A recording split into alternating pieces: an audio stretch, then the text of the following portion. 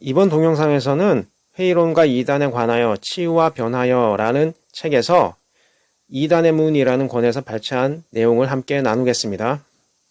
장의 제목은 상처받은 자아를 그리스도화하여 보호막을 쳤던 여성들이라는 제목입니다. 이단 교주의 망상에 관련된 부분에 있어서 정신과 질환으로 보이는 그런 사안에 대해서 분석한 장입니다. 자신을 재림 예수나 그에 준하는 존재로 자신의 자아 정체성을 주장하는 사람들에게는 두드러진 그 두 가지 유형이 있습니다. 그 두 가지 유형에 대해서만 우선 초점을 맞추겠습니다. 하나는 정신병적인 증상입니다. 가족관계에서나 사회생활에 적응하는 데 어려움을 겪은 이후 변화의 의지를 상실하고 자포자기의 심리에 살아온 경우입니다. 크거나 작은 삶에서의 고난을 많이 겪은 사람들의 이야기입니다. 예를 들자면 외면받거나 괴롭힘을 당한 경우처럼 심리적인 고통을 지속적으로 받으면서 스스로 극복할 수 없다는 자괴감으로 무너져 내린 그런 심리 상태에 오랫동안 방치되었던 사람들입니다. 속박된 자아를 내면에 가두어 둔 채로 살아왔으리라고 짐작할 수 있습니다. 이러한 사람들은 정신병적인 증상으로서 자신을 하나님이나 재림 예수와 같은 존재라고 주장하는 경우가 있습니다. 타인의 상과 자신의 상을 구별하지 못하고 자신이 외면받는 이유, 억울하게 핍박받고 고난받는 이유를 성경의 고난의 주님인 그리스도의 이미지에서 찾으려고 하는 사람들입니다. 그렇게 구세주와 동일시하기도 하며 내면화하고 그러한 망상을 유지할 수 있는 설교가를 따르거나 맹목적인 신뢰를 보이기도 합니다. 반드시 메시아, 재림 예수라고 주장하지 않아도 그러한 유사한 망상, 신과 같은 수준의 존재라고 지각하고 있습니다. 심리학을 전공하면서 정신과 질환을 겪는 이들의 사례와 상담 접근 방법에 대한 정보를 얻었습니다. 그 중에 정신분열증에 걸린 한 주부의 사례에서 그와 비슷한 사고 과정을 고백한 글을 읽은 적이 있습니다. 특이한 점은 여자였다는 점입니다. 요즘에는 조현병이라고 부르는데요. 당시에는 이제 정신분열증이라고 기록이 되어 있어서 과거의 병명으로 불렀습니다. 근데 그 여성의 아버지는 성격이 다혈질적이었으며 무관심했다고 합니다. 비록 그녀는 중학교에서 좋은 성적을 거두었지만 가정 형편 때문에 고등학교 진학을 포기했습니다. 결혼한 이후에도 술만 마시면 자신을 무시하며 손찌검하는 남편 때문에 고통을 받았다고 합니다. 한때 아이들을 통해 이루지 못한 학업 성취 욕구를 대리만족하려 했으나 그것조차 좌절되자 교회에 집착하기 시작했습니다. 교회 신도들과 전도도 하고 교회 내 활동도 하다가 갑자기 금식 기도에 집착하고 하던 일까지 등한시하며 하루 종일 교회에서 보냈다고 합니다. 그러더니 급기야 자신이 세상을 구원하러 왔다거나 천당을 보고 왔으며 십자가에서 흘리는 예수님을 보았다는 말을 하기 시작했다고 합니다. 자신의 몸과 소유물이 거룩하다며 다른 사람이 근처에도 얼씬도 못하게 했다는 것입니다. 또 다른 여성은 양극성 장애의 진단을 받았는데 그녀는 어느 날 자신이 하나님으로부터 계시를 받았으며 자신이 하나님 바로 다음 가는 고수라고 주장하면서 횡설수설하며 폭력적인 행동을 보였다고 합니다. 그녀 역시 술만 마시면 폭력적으로 어머니를 폭행하는 아버지 밑에서 사랑이 없이 살았다고 합니다. 그녀의 어머니는 순종적이고 희생적이었으나 안타깝게 그녀가 20대 후반일 때 뇌출혈로 급사했다고 합니다. 그러나 친척들은 내가 어머니를 죽게 했다며 원망했다고 합니다. 이런 식의 원망은 보통 옛날 우리나라 정서, 조선시대 정서, 자녀가 잘못했으니까 부모가 죽었다, 누구 때문에 이렇게 죽었다라고 이제 탓을 하는 그런 과거의 조선시대에 우리나라가 가지고 있던 부모에게 불효했다는 그런 막연한 죄책감, 그런 거를 주는 성향들이 있었던 그 사람들로부터 이런 어떤 잘못된 어머니 죽음에 대한 죄책감을 받은 것 같습니다. 과거 조선시대에는 어머니가 잘못되거나 부모가 잘못되면은 자녀가 불효를 행했다라고 자녀 탓으로 이렇게 돌리는 경우가 있거든요. 보통 남자가 잘못되면 또 여자 때문이다, 여자 탓으로 이렇게 돌리기도 하는데 그런 잘못된 그 책임 전가, 죄책감을 전가하는 그런 어떤 사고방식을 공유하던 그런 시대의 어른들의 말을 그대로 들은 것 같습니다. 그 당시에 어른들이 이런 식으로 말을 했습니다. 결혼을 해서도 남편은 어렵게 모은 아내의 돈으로 사업을 한다면서 여러 번 시도했으나 남은 것은 빚밖에 없었다고 합니다.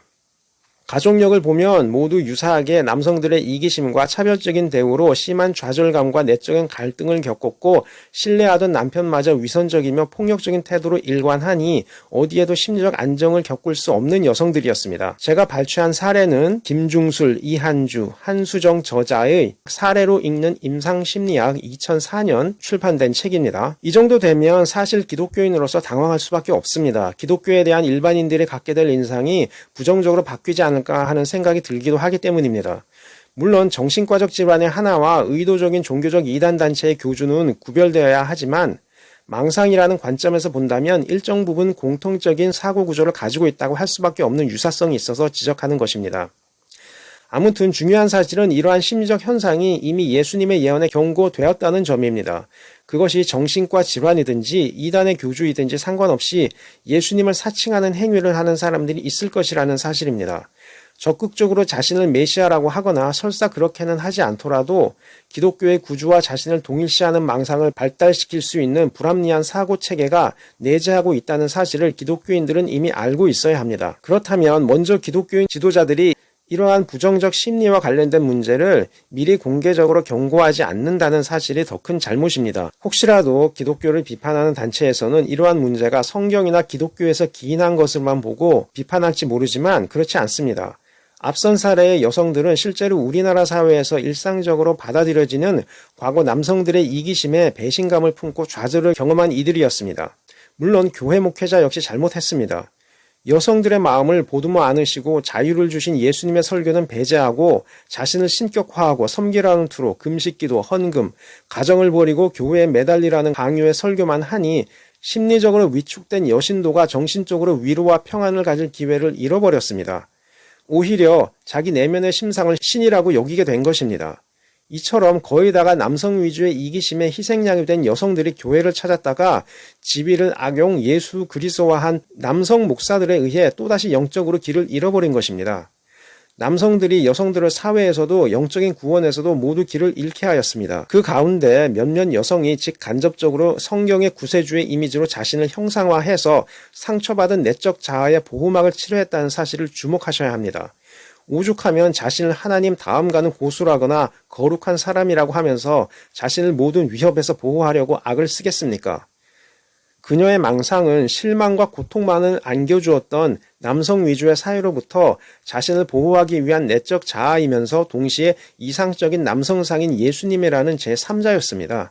비록 명시적으로 말하지 않았더라도 성경의 하나님으로부터 능력을 받았거나 그에 준하는 거룩한 자라고 주장하면서 상실감을 보상받으려 했습니다. 딸, 아내, 어머니라는 사회적으로 실패자라는 낙인을 찍었던 여성이라는 정체성을 버리고 세계적인 종교의 주님으로 사랑받는 기독교의 메시아와 같은 혹은 메시아와 가까운 선지자쯤으로 자신을 인식하기로 결정했습니다. 자신의 정체성을 자신에게서 찾지 못하고 대다수의 타자가 이상화하는 남성 중 하나인 종교의 지도자를 택한 것입니다. 물론 저는 정신과적 문제 모두를 어떤 한 부류의 책임이라고 보지는 않습니다. 비록 피해자라 할 수 있는 면이 있다 하더라도 말입니다. 인간 모두는 죄가 있다는 것이 기독교 관점의 인간관입니다. 피해자 역시 회개해야 할 죄는 있습니다. 다만 실제 삶의 영역에서 악을 행하지 않은 욥과 같은 피해자를 가해자와 동일선상에서 보아서는 안 됩니다. 특히나 우리나라 여성을 상담할 때는 그 점을 조심해서 접근해야 합니다. 사회가 부여한 여성의 가치에 순종해서 살았으나 그 가치에 합당한 대우나 기대하던 결과를 만나지 못하면 자신의 잘못이 아님에도 불구하고 여성이 문제여서 가정이, 남편이, 아이가 빗나갔다는 부당한 책임을 지우는 경우가 있습니다. 단지 여성뿐 아니라 사람들은 본능적으로 피해자의 수치심을 공감하고 싶지 않아서 가해자를 편드는 경향이 있습니다. 앞서 언급했지만 모든 범죄 행위의 가해자는 힘이 있고 돈이 많고 사회적 지위가 있습니다. 또한 가해자는 자신과 이해관계가 없는 제3자에게 보이는 위선의 가면과 피해자에게 보이는 악마의 가면이 서로 다릅니다. 상담사인 제3자 입장에서는 당연히 피해를 보지 않았으니 가해자의 침착하고 긍정적인 첫인상만 보고 여성 피해자를 원인으로 몰아버리는 것입니다. 오히려 가해자를 편들고 피해자 쪽에서 용서하면 되지 않느냐고 다그칩니다. 아무리 상담 자격이 있다 해도 경험해보지 않은 이상 어쩔 수 없습니다. 목회자는 더욱 그렇습니다. 가해자는 그렇게 머리를 씁니다. 이유는 아무리 부부 중 한쪽의 행위가 관계 악화의 원인이 있다 하더라도 삶이 지속되면서 그 관계 악화의 책임이 상호관계로 필연적으로 발전하기 때문입니다. 가해자 쪽에서도 그 사실을 알기 때문에 어느 정도는 자신도 피해자라는 인식을 심어줄 여지를 남겨두기 위해 피해를 당한 것처럼 꾸미기도 합니다. 제3자인 상담자가 보기에는 상호관계라고 여기지만 가장 큰 피해자인 여성은 관계 악화에 자신도 책임이 있다는 해석에 더욱 분노하는 것입니다. 그것을 이해해 주기가 힘든 것입니다. 욥도 그런 상황에 있었습니다. 아내니까, 어머니니까, 여신도이니까 당연한 희생을 했다는 생각을 가져서는 안 됩니다. 한 사람의 인생을 그러한 식으로 억눌러서 외면한다면 아내와 어머니는 여성으로서 가질 수 있는 가장 큰 피해자의 이름이 될 것입니다. 정말 희생하는 아내였고 헌신하는 여신도 어머니였다면 그에 걸맞는 대우를 물질적으로도 경제적으로 받을 위치에 있다는 사실을 가정에서도 사회에서도 교회에서도 인정해야 합니다. 말로 감사한 것이 아니라 물질에 대한 권리를 주어야 합니다. 그래서 자신의 인생길에서 만났던 중요한 사람들 중 선택의 여지가 없었던 관계 안에서 심적 고통, 배신의 고통을 경험하여 피해자라는 인식이 있는 여성에 대한 상담은 조심스럽게 해야 합니다. 또한 자녀 입장에서도 마찬가지입니다. 적어도 부모는 배우자를 결정하는 선택의 여지라도 있었지만 자녀는 그러한 최소한의 선택의 여지조차 없었습니다. 그 첫 단추에서부터 미래를 열어주고 버팀목이 되어주는 부모가 아니라 오히려 자녀에게 짐이 되고 인생길을 막아버리는 부모가 기다리고 있으면 그 자녀의 출생 이후의 앞날은 더욱 우울한 것입니다. 거기에 더해 성장하여 결혼했음에도 남편과 아이들에 대한 원망이 쌓이면 자신이 바랐던 모든 기대감을 무너뜨리는 상대방에 대한 원망이 분노가 되고 화풀이를 위한 넋두리에 가족관계는 더욱 악화됩니다. 상실의 고통만을 곱씹다가 자신의 현실과 전혀 다른 공상의 세계에 몰두하거나 경전을 보고 느껴지는 모든 이미지를 자신이라 주장하기 시작하면 이미 정신과 질환으로 발전한 것입니다. 다시 돌아오기 힘든 선을 넘은 것입니다.